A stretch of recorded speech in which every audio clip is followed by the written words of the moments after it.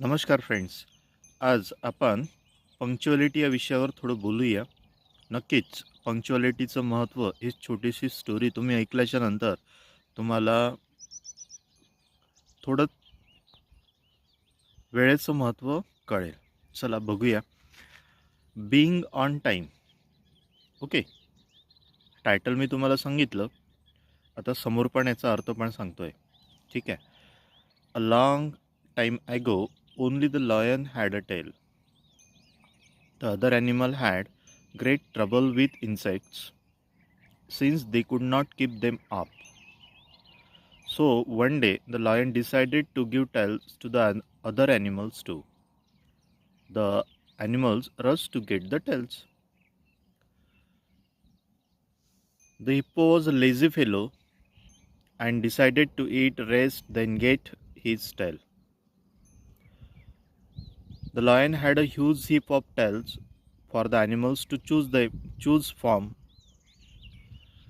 The fox was the first animal to reach the lion, so he picked the finest, busiest tail. Then came the squirrel, wild horse, and the wolf. By the time the hippo got up from his long sleep, it was evening. Seeing all the insects around him, he remembered to get a tail. He rushed to the lion's den. There was only one tail left. It was a teeny tail that no other animals had wanted. All the animals were chasing away insects with the tails they had chosen. The hippo's tail was too small to chase insects away. All the flies went after him.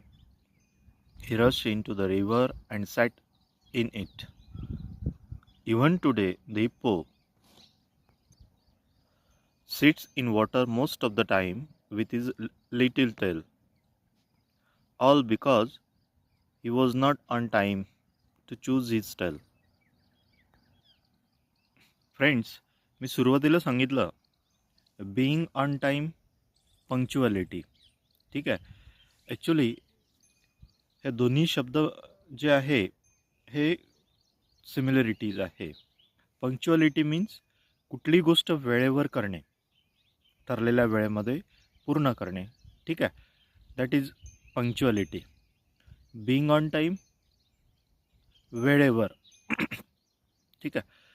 तर म्हणजे actually जो hippopotamus जो आहे, जे मी तुम्हाला छोटीशी शॉर्टमध्ये जी story सांगितली, तर हा हिप्पोपोटॅमसनी काय ठरवलं की पहिले म्हणजे ॲक्च्युली जेवण करू, पाणी पिऊ, झोप घेऊ, त्याच्यानंतर मग ॲक्च्युली लॉयनकडे जाऊ. कशासाठी? टेलसाठी. पण बाकीच्यांनी असं केलं का? नाही.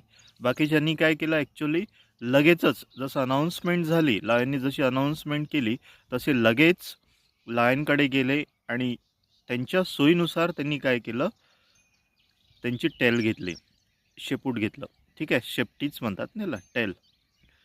तर म्हणजे ॲक्च्युली सांगायचं अर्थात मला हे आहे की कुठलंही काम हे आपल्याला वेळेतच करायला हवं. आणि वेळ गेल्याच्या नंतर मग काय होतंय, ॲक्च्युली हिपोपोटॅमससारखं काम होतं आहे. मग त्याला जेव्हा ॲक्च्युली संध्याकाळी आठवण आली सर्व झाल्याच्या नंतर, जेव्हा तो मग लॉयनकडे गेला आणि ते गेल्याच्या नंतर एक लहानशी छोटीशी शेपटी त्या ठिकाणी राहिलेली होती, जे कोणाला मिळाली? हिप्पोला मिळाली. आणि त्या जे मिळालं त्याला, ठीक आहे, मग त्यांनी तो समाधानी होता का? नाही. कारण आजही इन्सेक्ट त्याला काय देते? त्रास देते. बरोबर आहे. म्हणून तो जास्तीत जास्त स्वतःचा वेळ कुठे घालवतो? पाण्यामध्ये घालवतो. जिथे पाणी राहील तिथेच तो हिप्पोपोटॅमस दिसून येतोय. ठीक आहे. तर अशा प्रकारे आपल्याला सुद्धा वेळेमध्येच जर आपण चांगला अभ्यास जर केला, तर आपल्यालाही सुद्धा उन्हामध्ये कष्ट करायचं काम पडणार नाही, आहे की नाही? म्हणून त्याच वेळेमध्ये जे योग्य निर्णय जर घेतले, तर नक्कीच आपलं लाईफसुद्धा चांगलं होईल, समाधानकारक होईल, वाटतं तसं जगता येईल, आहे की नाही? प्रत्येक हा जो पार्ट आहे जो मी सांगितला on the time, being on time, punctuality, तर हे स्टुडंटसाठी अतिशय महत्त्वाचा पार्ट आहे. ठीक आहे. कारण काय होतं, आळस येतं अभ्यास जेव्हा आपण करतो, अभ्यासाला जेव्हा आपण बसतो, आहे की नाही. आणि आळस आला, उद्या करू, नंतर करू, थोड्या वेळाने करू, मोबाईल बघू द्या, हां, मित्राला भेटू द्या, 5 मिनटं जाऊ द्या, 3 मिनटं जाऊ द्या, 10 मिनटं जाऊ द्या, पूर्ण वेळ निघून जातं आहे, पण काहीच होत नाही, आहे की नाही. कारण आपण स्थिर राहत नाही एका कुठल्याही गोष्टीवर. आणि जेव्हा आपण स्थिर राहतो की नाही, आपल्याला करायचं आहे, नाही का, त्या वेळेमध्ये ते झालं पाहिजे. त्याला म्हणतात पंक्च्युअलिटी. बरोबर आहे.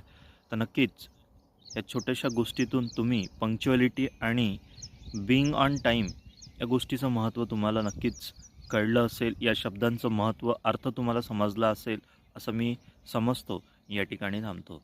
फ्रेंड्स, तर अशाच नवीन ज्या मॉरल स्टोरीज ज्या आहे ह्या ऐकण्यासाठी मनोज झाडकेच्या चॅनलला सबस्क्राईब करा, लाईक करा, शेअर करा आणि तुमचं मत खाली दिलेल्या इनबॉक्समध्ये नक्कीच सेंड करा. बघूया. थँक्यू.